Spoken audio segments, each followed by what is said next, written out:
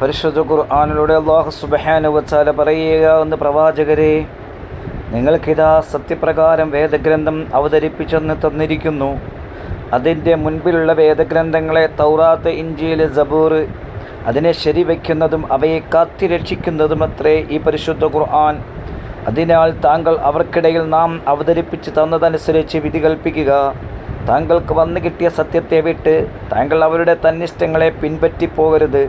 നിങ്ങളിൽ ഓരോ വിഭാഗത്തിനും ഓരോ നിയമക്രമവും കർമ്മമാർഗവും നാം നിശ്ചയിച്ചു തന്നിരിക്കുന്നു. അള്ളാഹു ഉദ്ദേശിച്ചിരുന്നെങ്കിൽ നിങ്ങളെ അവൻ ഒരൊറ്റ സമുദായമാക്കുമായിരുന്നു. പക്ഷേ നിങ്ങൾക്കവൻ നൽകിയിട്ടുള്ളതിൽ നിങ്ങളെ പരീക്ഷിക്കുവാൻ അവൻ ഉദ്ദേശിക്കുന്നു. അതിനാൽ നല്ല കാര്യങ്ങളിലേക്ക് നിങ്ങൾ മത്സരിച്ച് മുന്നേറുക. അവനിലേക്കത്രേ നിങ്ങളുടെ മടക്കം.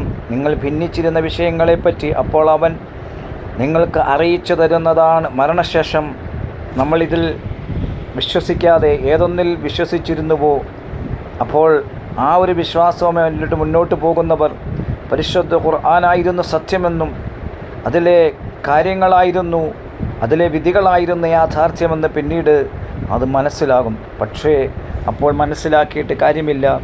കാരണം അത് അംഗീകരിക്കാത്തവർ നരകത്തിൻ്റെ അഗാധമായ ആ ഗർത്തത്തിലേക്ക് ആപതിക്കുകയും അതിൽ കിടന്ന് ശിക്ഷ അനുഭവിക്കേണ്ടി വരും. പരിശുദ്ധ ഖുർആൻ പറയുകയാണ്, സത്യനിഷേധികൾ എല്ലാവരും നരകത്തിൻ്റെ അവകാശികളാണ്. പരിശുദ്ധ ഖുർആൻ.